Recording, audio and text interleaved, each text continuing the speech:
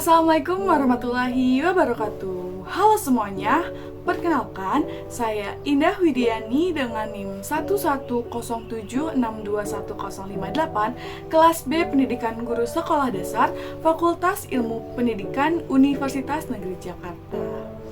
Pada kesempatan kali ini, saya ingin memaparkan pendapat saya mengenai kasus yang belum lama terjadi, yaitu mengenai keputusan Mahkamah Konstitusi yang memperpanjang masa jabatan KPK dari 4 tahun menjadi 5 tahun. Video ini dibuat guna memenuhi tugas dasar-dasar hukum ilmu dan ketatanegaraan dengan dosen pengampu Bapak Dr. Otip Satibi Hidayat MPD. Baik, tanpa berlama-lama lagi, mari kita masuk ke videonya. Mahkamah Konstitusi atau MK memutuskan mengubah masa jabatan pimpinan KPK dari yang sebelumnya 4 tahun menjadi 5 tahun. Menanggapi hal tersebut, Mahkamah Konstitusi seharusnya tidak mengabulkan gugatan mengenai masa jabatan pimpinan KPK karena termasuk open legal policy pembentuk undang-undang. Menurut saya, pemberlakuan masa jabatan pimpinan KPK ini menjadi 5 tahun mestinya mulai berlaku pada pimpinan KPK periode berikutnya, bukan mulai berlaku pada pimpinan KPK periode saat ini. Hal itu sesuai prinsip bahwa hukum tidak berlaku surut, karena saat pelantikan pimpinan KPK periode saat ini dilantik untuk masa jabatan selama 4 tahun lamanya. Menurut saya, putusan Mahkamah Konstitusi mengenai perubahan masa jabatan pimpinan KPK ini akan diwarnai dengan adanya dissenting opinion atau perbedaan pendapat. Mengapa? Karena yang saya ketahui ada 4 hakim konstitusi yang menolak perpanjangan masa jabatan pimpinan KPK ini. Sementara ada 5 hakim konstitusi lainnya yang menyetujui perpanjangan masa jabatan pimpinan KPK ini.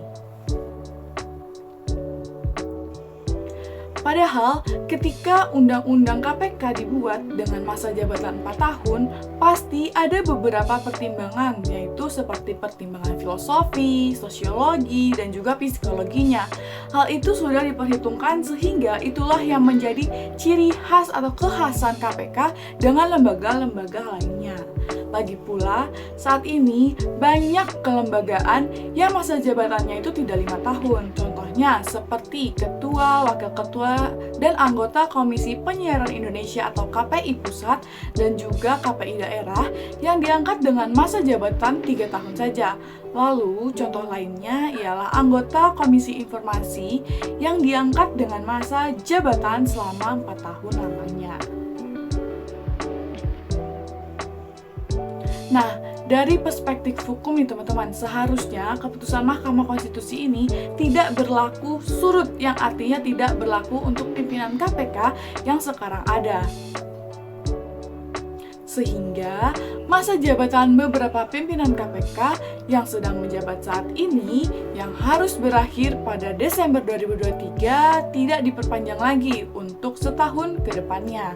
Jika perpanjangan masa jabatan pimpinan KPK yang diputuskan Mahkamah Konstitusi berlaku untuk pimpinan KPK yang sekarang ada, maka akan terasa janggal tentunya. Sebab setiap pimpinan KPK yang sekarang sudah ada, pasti sudah ada surat keputusan atau SK-nya. Pimpinan KPK saat ini, SK-nya atau surat keputusannya ini berlaku sampai dengan Desember 2023. Sehingga ketika ada surat keputusan yang baru, maka SK yang baru itu seharusnya berlaku untuk pimpinan KPK periode berikutnya. Selain itu, Mahkamah Konstitusi dalam keputusannya tidak menyebutkan nih masa transisi berlakunya putusan yang telah dibuatnya. Jika Mahkamah Konstitusi ini tidak menyebut masa transisi, maka mau tidak mau harus ditafsirkan secara prospektif bahwa keputusan itu berlaku ke depan, yaitu untuk masa jabatan berikutnya dan bukan untuk pimpinan KPK yang sekarang ada. Apabila putusan Mahkamah Konstitusi tersebut dilaksanakan pada periode saat ini, maka akan menimbulkan kerugian kepada pihak yang ingin mencalonkan diri sebagai pimpinan KPK pada periode selanjutnya. Nah, sebelumnya KPK juga mengabulkan seluruh gugatan Wakil Ketua Komisi Pemberantasan Korupsi, yaitu Nurul Gufron, terkait masa jabatan pimpinan KPK. Mahkamah Konstitusi mengubah masa jabatan pimpinan KPK dari 4 tahun menjadi 5 tahun dalam sidang pembacaan putusan yang disiarkan di channel YouTube Mahkamah Konstitusi pada Kamis 25 Mei 2023. Nah, bagaimana nih teman-teman mengenai kasus kali ini? Saya ingin tahu juga pendapat teman-teman mengenai kasus tersebut melalui kolom komentar ya. Mungkin cukup sekian yang dapat saya sampaikan. Kurang lebihnya mohon maaf. Wassalamualaikum warahmatullahi wabarakatuh. See you in the next video. Bye-bye.